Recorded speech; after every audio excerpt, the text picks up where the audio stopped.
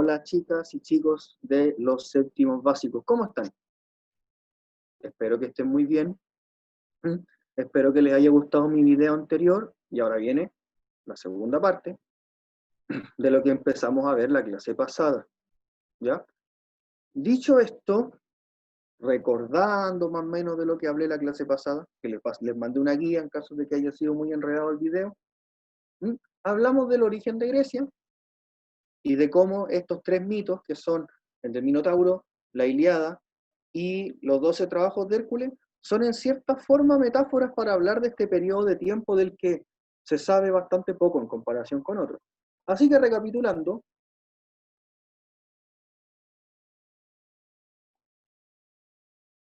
volvemos a mostrar esta imagen tan fea de las invasiones de los dorios, que significó el fin de la civilización micénica, pero el origen de la civilización griega clásica, que es de la que vamos a hablar a continuación. Recordando que a este periodo se le llama época oscura, primero porque para los micénicos fue muy malo que hicieran caer su civilización, pero al mismo tiempo porque, dado este periodo tan agitado de cambio, quedó muy poco registro de qué es lo que pasó realmente.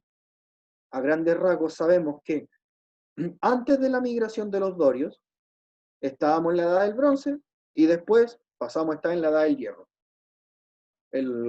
La civilización micénica había desaparecido y ahora teníamos la Grecia arcaica y posteriormente la Grecia clásica, ¿ya? Donde los dorios iban a estar involucrados, más que involucrados.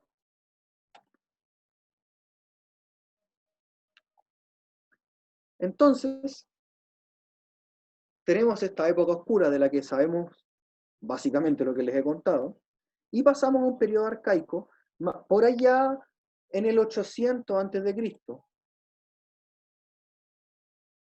el periodo que va a estar marcado por un evento sumamente interesante, que es la celebración de los primeros Juegos Olímpicos. Las mismas Olimpiadas que se hacen ahora, bueno, no las mismas, pero sí muy parecidas y con la misma idea. Esto nos da a entender que estos dorios que se habían hecho con el poder en Grecia, al igual que habían hecho los micénicos, los griegos micénicos que fueron a la guerra de Troya, se sentían parte de una misma cultura. Entonces, todas las ciudades, como vamos a ver a continuación, se unían en esta celebración deportiva que era tan importante que hasta las guerras paraban para poder ir a las Olimpiadas. Los primeros Juegos Olímpicos de los que se tiene registro fueron en el año 776 a.C., y para muchos historiadores esto marcaría el inicio del periodo arcaico y el fin de la época oscura. Continuando con el periodo arcaico, pasó otra cosa muy interesante. Durante el periodo micénico había una civilización griega micénica, pero que estaba compuesta por múltiples reinos, el reino de Micenas, el reino de Esparta y otros más, pero durante el periodo arcaico iba a empezar a ganar importancia la polis. ¿Qué es la polis? Lo vamos a ver al tiro. Y después del periodo arcaico empieza la época clásica propiamente tal, de la que hablaremos en su tiempo. ¿Ya? Continuemos. ¿Qué son las polis? ¿Alguien sabe qué son las polis? Bueno, esto es un video, no me pueden responder ahora. Seguramente alguno sabe. Y si no sabe, ahora le voy a explicar.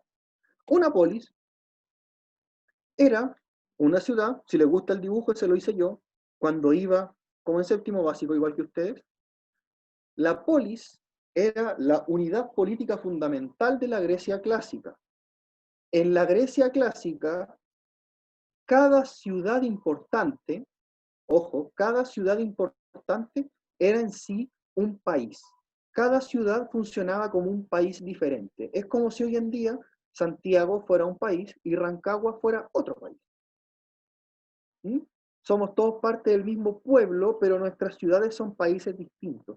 Cada polis tenía su propio gobierno, su propio medio de gobierno, tenía su propio ejército, las polis peleaban contra las otras polis, algunas polis se aliaban con otras polis, y así, y así.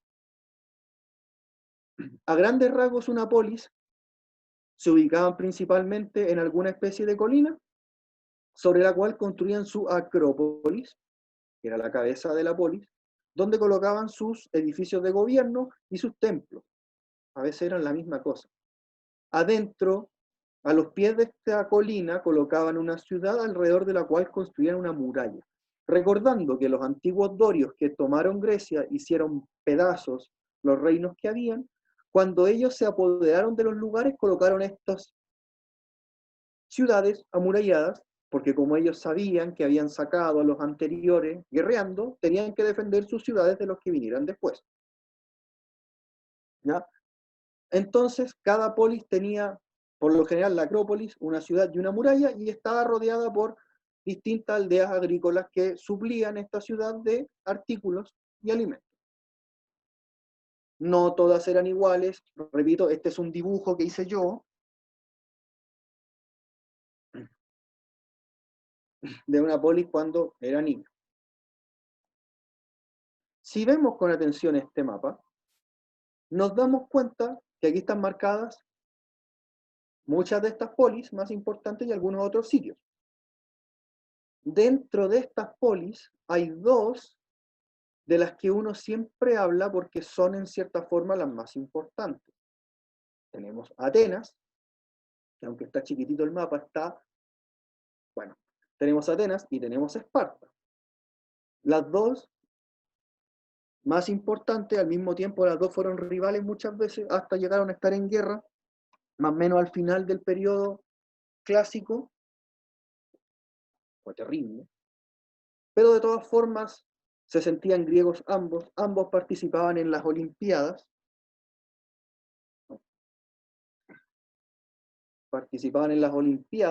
y cuando tuvieron que ir a la guerra contra extranjeros, se unieron para ir a la guerra. Ahora, como les decía, Atenas se encuentra aquí y Esparta se encuentra acá. Recordemos que este terreno, tal como se ve en estos dibujitos, tiene muchas montañas, muchos pasos estrechos entre el mar, de modo que para los griegos hasta guerrear era complicado. Bueno, guerrear siempre es complicado, pero en este caso, ¿alguno vio la película 300? Más de alguno la habrá visto. Que pararon un ejército muy grande en un lugar muy estrecho. Grecia estaba lleno de esos lugares estrechos. ¿Ya? Importante recordarlo. Entonces, tenemos que en esta Grecia arcaica y posteriormente la clásica, iban a desarrollar dos cosas, bueno, más cosas en realidad, pero hoy vamos a hablar principalmente de dos, que fueron muy importantes y que siguen siéndolo hasta el día de hoy. En primer lugar, vamos a hablar de un estilo arquitectónico y también sus aplicaciones matemáticas y artísticas que se utiliza hasta el día de hoy, visto en las tres grandes influencias de las columnas griegas, las dóricas, las jónicas y las corintias. Seguramente más de alguno ha visto edificios construidos con estas columnas. ¿Por qué? Porque hasta el día de hoy se construyen, como en el ex Congreso, por ejemplo. Yo vivo cerca y los tribunales de justicia también tienen columnas. Y acá y otras cosas más de las que podemos hablar en más detalle en otra oportunidad. ¿Ya? Recordando, mucho conocimiento de matemáticas, arquitectura y arte. Porque los antiguos griegos fueron tal vez los primeros en recrear la figura humana, pero intentando hacerla anatómicamente correcta. No, en caso de que no me entiendan a qué me refiero a una figura humana que pareciera realmente una persona.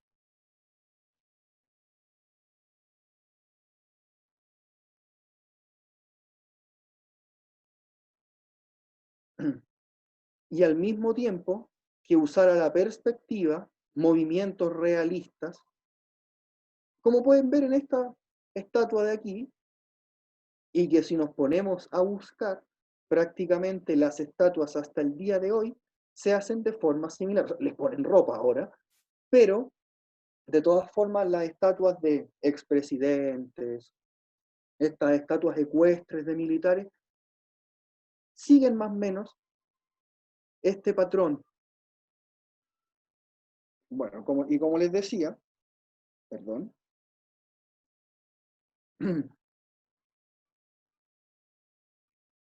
la figura humana anatómicamente correcta y la técnica escultórica que subsiste.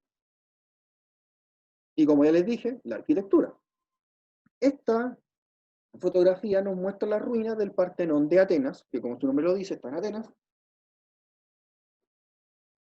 Como pueden ver, está construido con columnas, al mismo tiempo tuvo un techo alguna vez, y esta era la parte superior de la Acrópolis de la ciudad de Atenas, de la que vamos a hablar más adelante. De hecho, los voy a mandar a leer sobre Atenas. Pero no se preocupen, no es mucho. Entonces, arquitectura, matemática, arte, legado griego. Ahora, otro elemento del legado griego del periodo clásico que es muy importante destacar y que a mí en lo personal me gusta mucho destacarlo, es la ciudadanía en Grecia. Antes de seguir con las diapositivas,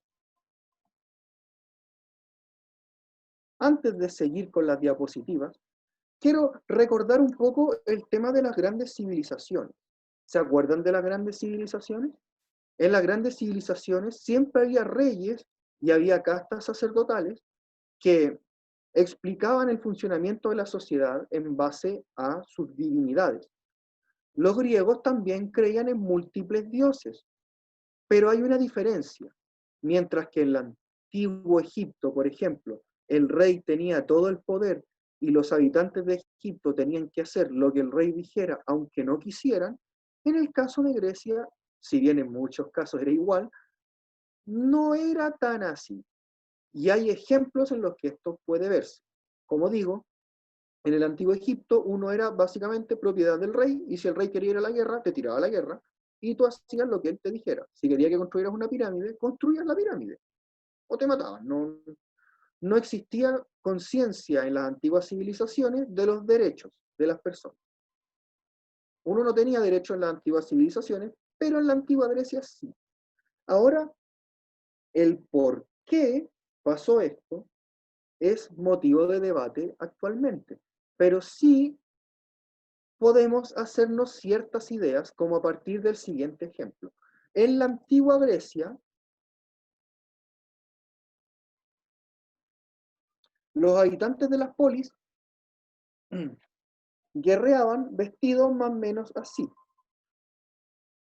como se ve en el dibujo, con una armadura en el pecho, un casco, un oplón o escudo, donde cada soldado tenía pintado un motivo, un dibujo, una divinidad, una cabeza de medusa, lo que sea, pero que era de él y de su familia, representativo de él y de su familia.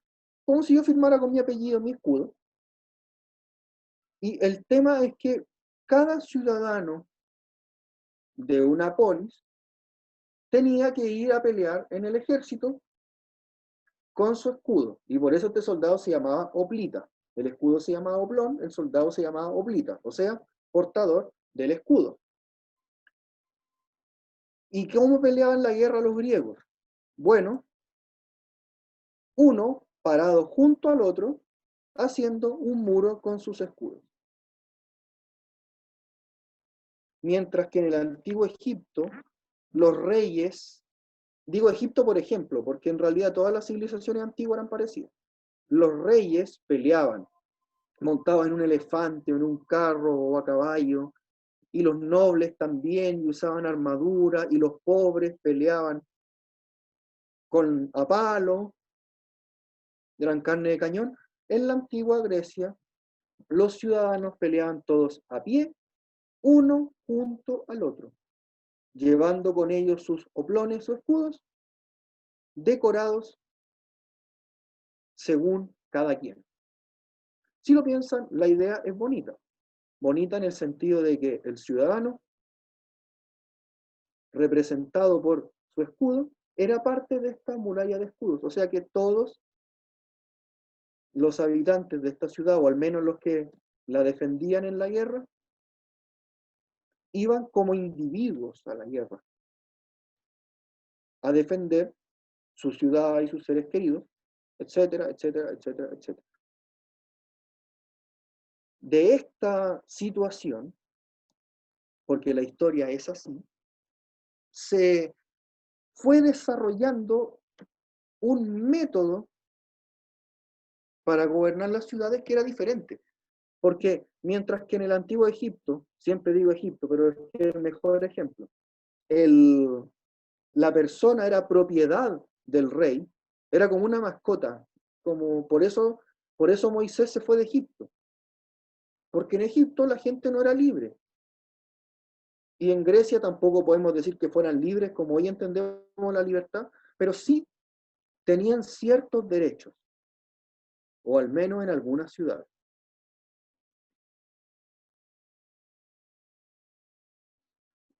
Y esto tan simple de pelear lado a lado con los demás habitantes de la ciudad, llevando tu propio escudo, fue llevando a lo que después conoceremos como la democracia. Porque en la antigua Grecia el ciudadano era ciudadano, tenía derechos. No podía un rey llegar y matar a un ciudadano porque sí, tenían leyes, leyes que tenían que ser respetadas, etcétera, etcétera, etcétera. Y como les digo, esta idea de los derechos y de la ciudadanía iba a llegar a que posteriormente en muchas polis griegas, digo muchas porque no fue así en todas, eso lo vamos a ver la próxima semana, una linda actividad que tengo preparada para ustedes, sí en algunas ciudades, como en Atenas principalmente, iban a llegar a desarrollar la democracia, donde todo el mundo podía participar del gobierno y no tenían un rey que fuera como el dueño de todos los demás.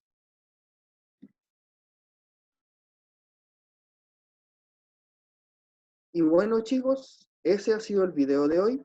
Les voy a pedir que por favor vayan a sus libros y lean desde la página 76 hasta la página 79 de sus libros, donde habla específicamente de la democracia en Atenas.